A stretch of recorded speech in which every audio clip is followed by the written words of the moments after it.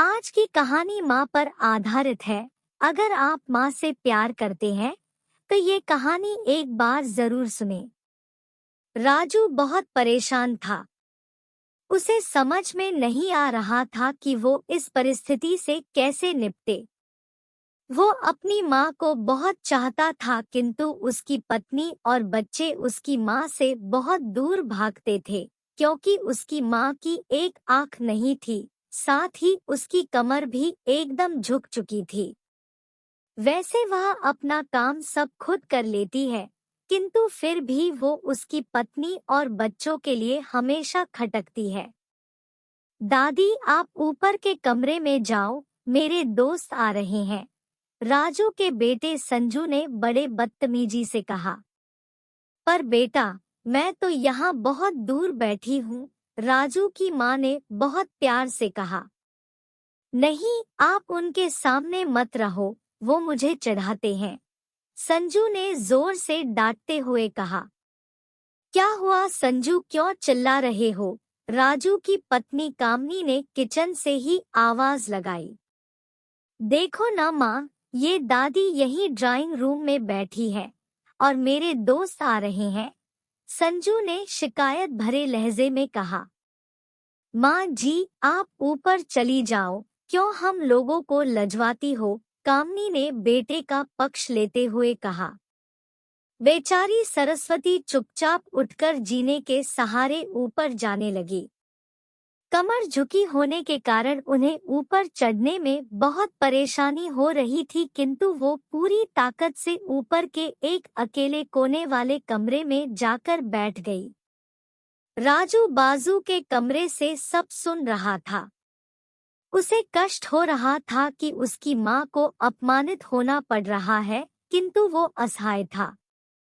अगर वो कुछ कहता है तो पत्नी और बच्चे उसका विरोध करने लगते हैं। दूसरे उनके तर्क भी सही लगते हैं। चूंकि वो एक प्रशासनिक अधिकारी था, उसका सामाजिक स्तर बहुत ऊंचा था, उसकी ससुराल भी एक उच्च घराने में थी, अतः वह चुपचाप इस तरह हर दिन अपनी माँ को अपमानित होते देखता रहता था। रात को राजू की पत्नी ने कहा, देखो जी, अब कुछ करो। कल कलेक्टर साहब की पत्नी आई थी। माँ जी अपनी देशी धुन धारा में उनसे मिली। मुझे बहुत शर्म आ रही थी बताते हुए कि ये मेरी सास है। मैंने कह दिया कि दूर की रिश्तेदार है, इलाज कराने आई है। राजू को रोना आ गया, किंतु फिर भी वह चुप रहा। उसे समझ में नहीं आ रहा था कि वो क्या करे। अपने बेटे की मन स्थिति को सरस्वती अच्छी तरह से जानती थी और बेटे को कोई कष्ट न हो, इसलिए वो हर बात को चुपचाप सह लेती थी। राजू बहुत उदास रहने लगा। एक तरफ परिवार और सामाजिक स्तर पर जीने की प्रतिबद्धता थी, तो दूसरी ओर माँ।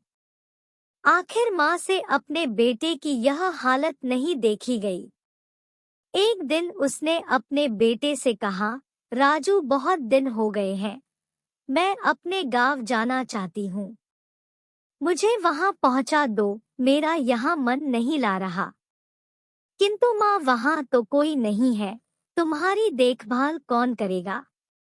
राजू ने आश्चर्य से पूछा। अरे, सब गांव वाले तो हैं, और वो तुम्हारे मामा जी तो उसी गांव में रहते हैं, और फिर हम सारी व्यवस्थाएं कर आएंगे ना। कामनी को तो जैसे मन की मुराद मिल गई हो। हाँ बेटा, बहू सही कह रही है, सरस्वती ने लंबी सांस लेते हुए कहा। राजू जानता था कि गांव में माँ की देखभाल करने वाला कोई नहीं है, लेकिन अपनी पत्नी की जिद के कारण वह अपनी माँ को गांव छोड़ने पर विवश हो गया। माँ को गांव छोड़कर आते वक्त उसे रोना आ रहा था तथा अपनी बेपसी पर गुस्सा भी आ रहा था, किंतु परिवार, पत्नी और समाज ने उसके इन मनोभावों को दबा दिया और वो सुकून सा महसूस करने लगा। कुछ दिनों के बाद उसके चाचा, जो अमेरिका में रहते थे, आने वाले थे। जब राजू बहुत छोटा था उसके पिता जीवित थे तब वो भारत आए थे और उसके बाद वो अब भारत आने वाले थे। पूरा परिवार और आस पड़ोस बहुत उत्साहित था। अमेरिका से राजू के डॉक्टर चाचा आ रहे थे। डॉक्टर रमेश ने जैसे ही घर में कदम रखा, सबने मिलकर बहुत उत्साह से उनका स्वागत किया। क्यों राजू भाभी नहीं दिख रही, कहाँ है? डॉक्टर रमेश ने उत्सुकतापूर्वक पूछा।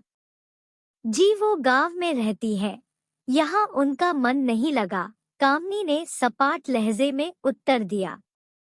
डॉक्टर रमेश ने राजू की ओर देखा तो राजू ने अपनी आंखें झुका ली। डॉक्टर रमेश सब समझ गए। बोले, कल हम भाभी से मिलने गांव चलेंगे सब लोग। दूसरे दिन सभी लोग गांव के घर में पहुंचे। देखा कि सरस्वती को बहुत तेज बुखार है और वो पलंग पर असहाय पड़ी है। डॉक्टर रमेश दौड़कर सरस्वती के पास गए। उनके पैर छूकर रोने लगे। सरस्वती की ये हालत उनकी कल्पना से परे थी।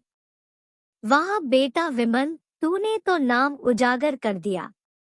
अपनी माँ की ये हालत देखकर तुझे तो शर्म भी नहीं आ रही होगी, डॉक्टर रमेश ने राजू को लगभग डांटते हुए कहा।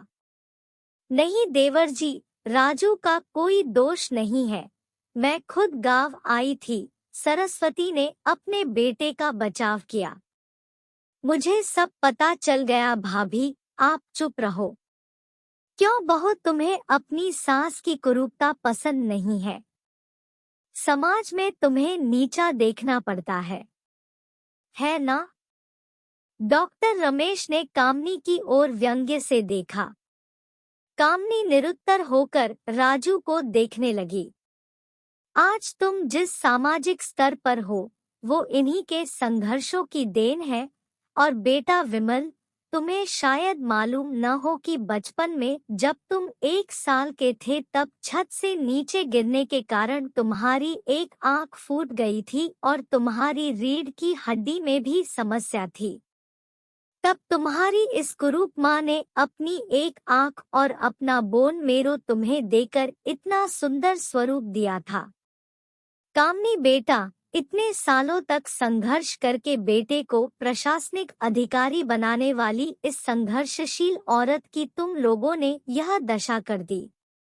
तुम्हें ईश्वर कभी माफ नहीं करेगा। डॉक्टर रमेश की आंखों से अश्रु जलधारा बह रही थी। अब भाभी, आप मेरे साथ अमेरिका जाएंगी। यहाँ इन स्वार्थी लोगों के बीच नहीं रहेंगी, डॉक्टर रमेश ने सरस्वती से कहा। राजू को तो काटो तो खून नहीं था। डॉक्टर रमेश जो उसके चाचा थे, उन्होंने जो राज बताया उसके बाद तो राजू को यही लग रहा था कि उससे ज्यादा पापी इंसान इस दुनिया में कोई और है ही नहीं। वह दौड़ता गया और माँ सरस्वती के कदमों से लिपट गया। माँ, मेरा अपराध अक्षम्य है। मैं जानबूझकर चुप्पी साधे रहा, आपका अपमान करवाता रहा। अब सिर्फ आप ही उस घर में मेरे साथ रहेंगी और कोई नहीं। राजू ने आग्नेय दृष्टि से अपनी पत्नी और बच्चों को देखा। कामनी को भी बहुत पश्चाताप हो रहा था, किंतु उसकी हिम्मत नहीं हो रही थी कि वो सरस्वती से आंख मिलाए। सरस्वती ने कामनी की मन स्थिति को समझकर उसको पुचकारते हुए अपने पास बुलाया और राजू को डांटते हुए कहा, खबरदार, जो मेरी बहू को मुझसे अलग करने की कोशिश की तो तुझे ही घर से बाहर निकाल दूंगी। कामनी और बच्चों ने सरस्वती के पैर पड़ते हुए अपने व्यवहार पर माफी मांगी और माँ के हृदय ने सबको माफ कर दिया।